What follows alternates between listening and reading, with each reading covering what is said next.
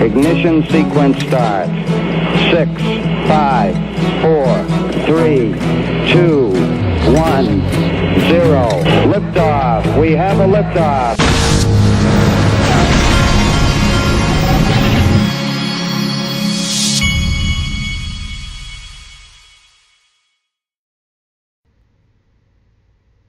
Hey everybody, this is the Digital Asset Investor, and I want to expound a little bit on what I talked about in the previous video. The gist of what I had told a story about how I had dinner with a financial planner the other night, and I wanted to expound on what it is that my point in all of that was, and I want to show you an actual graphic. I was making the point that when I was a financial advisor with Morgan Stanley, and when I was a financial advisor, they taught us how to go and meet with clients and how you show them how they need to allocate their portfolios across different asset classes in order to be diversified and protected, so that when there's a down year in one asset class, that would be an up year in another asset class, and how their portfolio does better over time by allocating that way. And I was making the point that in digital assets, which is the first new asset class since the creation of bonds in the 1600s, only right now has $191 billion in it, in all of it. And I was making the point that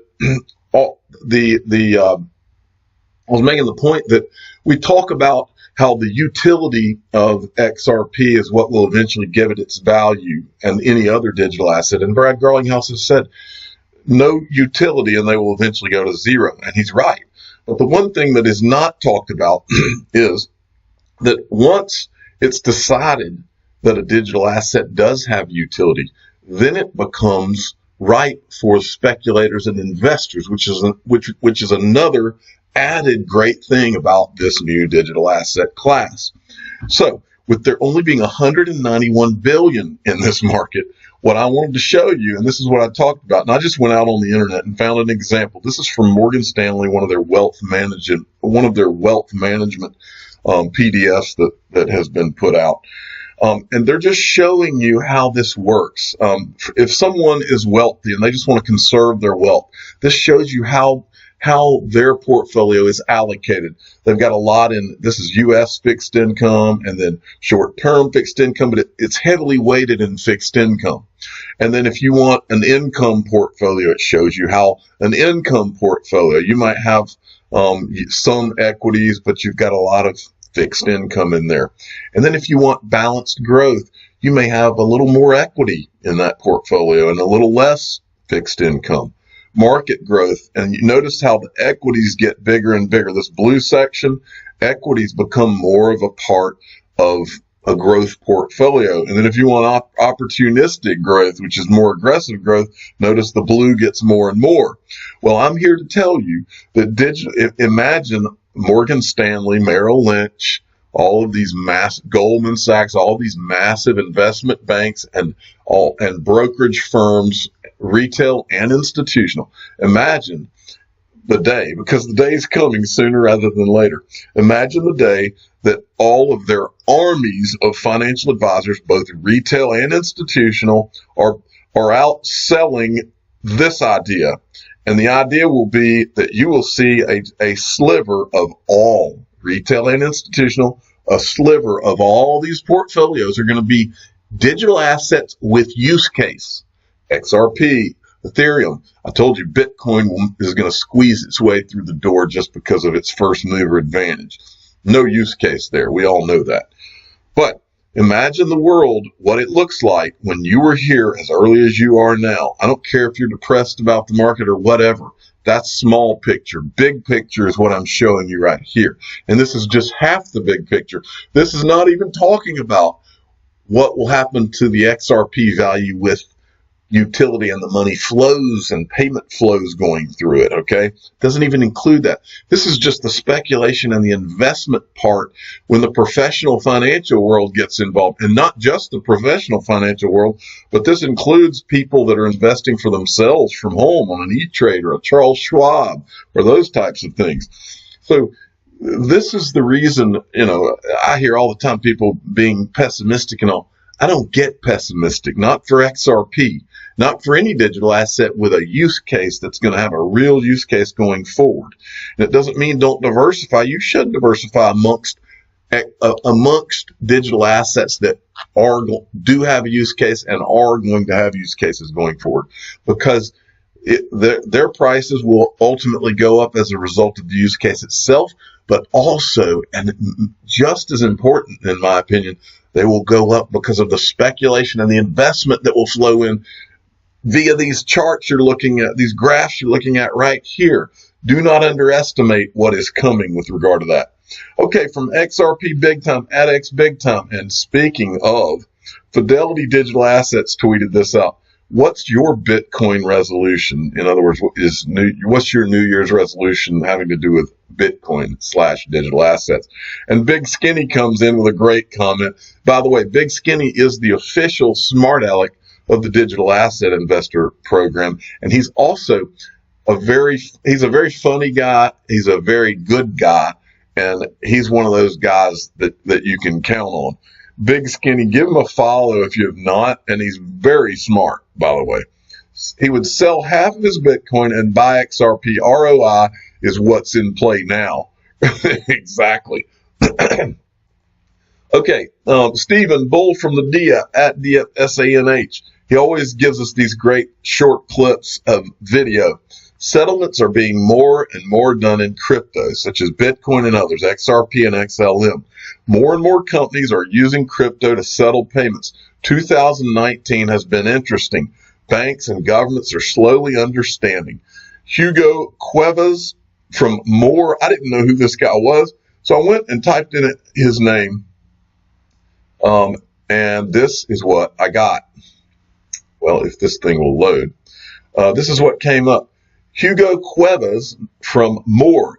He's president and CEO of More World Consulting, a consultancy based in Miami, Florida.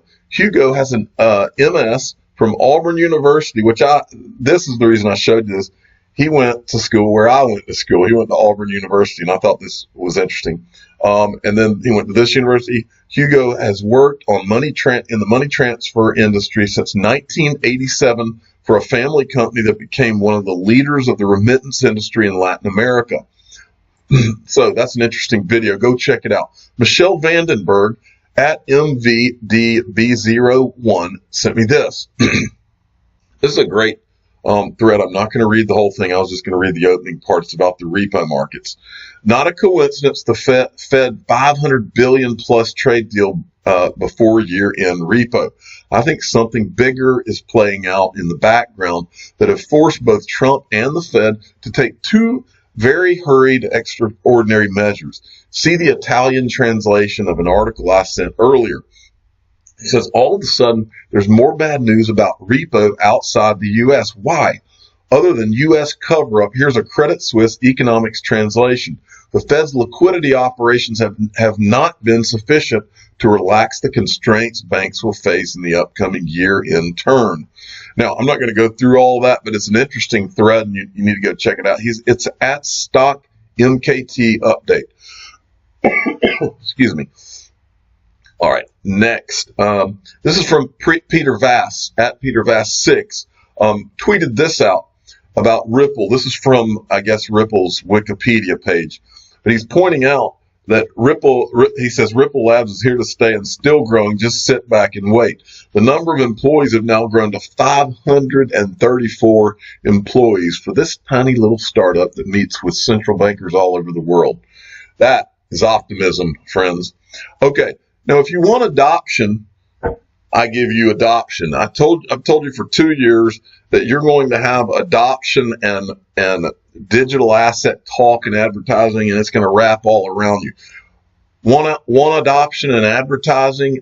Look no further than John Stossel. John Stossel, you should look into XRP. This is from XRP Big Time. This is a tweet and a video from John Stossel. I bought Bitcoin because I don't want all my savings in dollars. What if my government prints lots of dollars and they become worth pennies?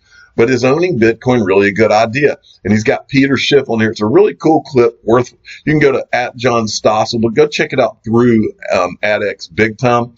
But he has Peter Schiff on there, but at the end of Peter Schiff's talk with him, you can see that Peter Schiff kind of loses the argument if you watch it about digital asset, or Peter Schiff's talking about Bitcoin, but you can see that he kind of loses the argument.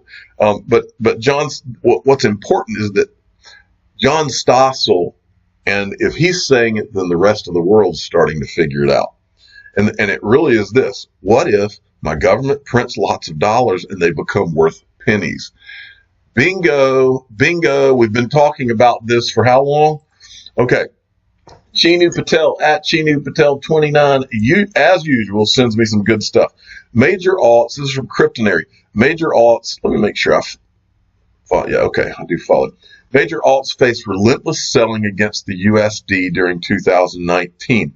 Bitcoin was the only major to return large percentage gains at 85.39%. This in them there hills, that's what you call opportunity, friends. That is opportunity, because this, in terms of utility, which is ultimately all that matters, is worthless compared to this, and we all know it. Okay, then from Ganesh Haramuth, breaking R3, and I'm not going to go into this article, but it says it right here. R3 closes distributed ledger technology trades with 70 companies. And remember, when the history books are written, what's it going to be? R3, DTCC, and PolySign. All right, and then there's this. Let me see here. Boom. I thought this was an interesting tweet. Bitcoin macro. People sent, let me see if this is worthy of a follow here. Yeah, I do follow. People spend $100,000 on college, but won't invest $1,000 in crypto because it's too risky. I mean, that's a pretty ridiculous statement when you think, I mean, it's a good statement on his part, but it's ridiculous to think that that's how people look at this. The opportunity that's before us it's really the greatest investing opportunity since the 1600s, because it's the first new asset class. Then from X-Men XRP at XRP33, he sent me two things. The first is this. CMCC Exchange teams up with Hong Kong Cryptocurrency Union. Headquartered in Hong Kong, the globally reputed investment-oriented firm CMCC Exchange has broadcasted the news about its strategic partnership with the esteemed organization, the Hong Kong Cryptocurrency Union. The collaboration will aid CMCC Exchange to popularize the use of Bitcoin and its supported blockchain technology in Hong Kong and other countries around the world. The firm is striving to strengthen the position of Bitcoin in the country by ensuring wide-scale adoption. And then he also sent me this article. This is cryptocurrency the future of money? Now, it says, according to Deutsche Bank, the current monetary system is fragile. Deutsche Bank sees that by 2030, digital currencies will rise to over 200 million users. In the Imagine 2030 report, Deutsche Bank suggests that digital currency would eventually replace cash one day, as demand for anonymity and more decentralized means of payment grows. Now, when I see this right here, it will rise to over 200 million users. Just, folks, you have to look no further. Go look back at the growth when the internet came about back in the early 90s. Look at the growth in users. And remember, and all of these naysayers that say, oh, you can't use this and all this business. Remember what they said back during the early days of the internet. They said, oh, well, nobody will ever use a credit card on the internet. And they talked about how slow it was, and it was a dial-up connection. But then what happened? We got DSL, and then eventually we got, the Wi-Fi connections, the cable modems, and all this stuff. And look at the internet growth over that period from then until now. It is unbelievable. Now, just imagine if you were able to invest the way that you can in digital assets when that early internet started. You would imagine if you had that opportunity in the early 90s and you didn't do it. Imagine how sick you would be today. You'd be disgusted with yourself. The digital asset investor will not be disgusted with himself when I look up about 2, 3, 4, 5 years from now. My family will look at me and be ecstatic that Daddy took the jump and did what needed to be done and saw it for what it was. All right. Next, this is great. Just been in PC World and following the trend. This is from Mick Holme, I guess is how you say that. But this is like a whole thing that's going on. I reminded everybody that Howard Stern did this. They named his producer Baba Booey early on in the Howard Stern show. Well, at some point, someone decided they were going to go to golf tournaments, and right after the professional golfer teed off, they would yell Baba Booey in the background. Well, this could be the XRP's movement, where anytime you're in a computer store or at Walmart and there's computers on, put the website on fiatleak.com and then go and put XRP on, so that when people walk into that store, they see nothing but XRP volumes flowing to different countries. So do it if you haven't done it. It's a great idea. Now, XRP Standard Productions is on fire. You gotta see these things. This guy is putting out hilarious, these are parodies, okay? This is a joke, but he's putting out some hilarious parodies of, I told him that there was a place for the Onion type periodical, and he's doing it on Coil. But this one made me laugh yesterday, and then the next one made me laugh today. He's on fire. This one is Charlie Lee pitches Litecoin t-shirt business on Shark Tank. And he has a whole article about how Charlie Lee is sitting there on Shark Tank and he's pitching Litecoin t-shirts. Hilarious. And then today's was pretty darn hilarious too. SEC's Jay Clayton excited to start his own XRP YouTube channel, brimming with nervous excitement during his exclusive interview with XRP Productions Sunday. Hilarious parody. We need this kind of sense of humor in the community. It's just great. And then Shane GXRP sent me this. This is his Ripple ornament. Everybody needs a Ripple ornament, but he's put a Ripple ornament on his tree. I'm the digital asset, and I can't go there yet. First, I need to tell you about what we're doing on the Patreon group. Now, remember, in the description of every video I do, you can join the Patreon group. I've set this up so that I'm working with Mr. B and Brad Combs, who also have their own YouTube channels, and they also bring their own expertise and their own personality to the equation.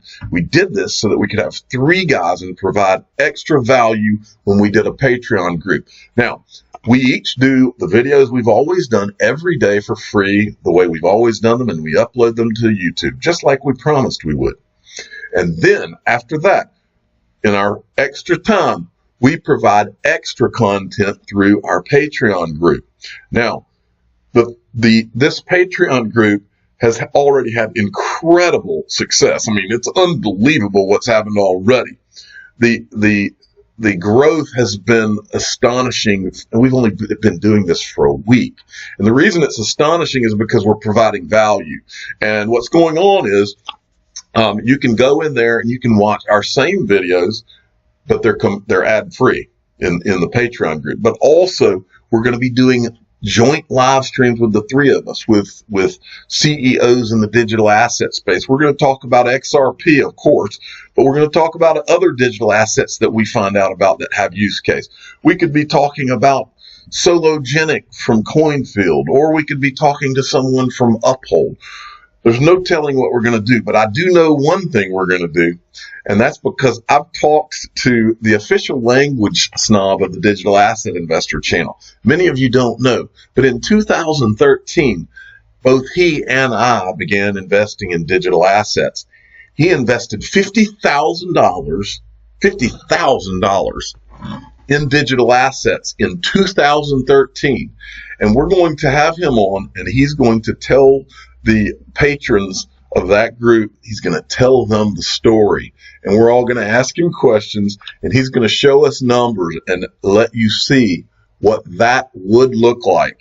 And he has a story that is a roller coaster. So for any of you that are sitting here thinking that you have anything to be depressed about or anything to feel bad about, this is not the first time we've had a bull and a crash, and everybody gets depressed and has reasons to be upset. If you really want to find out what it feels like to have been on this roller coaster, I've been on it since 2013. You don't have anything to worry about compared to where we've been. And wait till you hear this story. Unbelievable. You can join the, we're trying to get him on Thursday. So if you go ahead and join before Thursday, you'll be able to see it live, okay, when he comes on. We're shooting for Thursday. It's not written in stone yet. I'm working it out behind the scenes right now. But for the first 500 people, you get to join for $3.99 a month. Everybody, after the 500, it's $4.99 a month, which is still inexpensive as it could be. But go ahead and sign up before Thursday, because we're shooting to have him on. I know he's going somewhere for Christmas, so I'm trying to get him before Christmas. I'm the digital asset investor. I'm not an investment advisor. This is for entertainment purposes only. Please subscribe and hit the like button, and tell your friends and family that in the digital asset investor, Mr. B and Brad Combs Patreon group, you're going to find out what it would be like to invest $50,000 in digital assets in 2013 and what that roller coaster ride would have been like. Thank you for listening.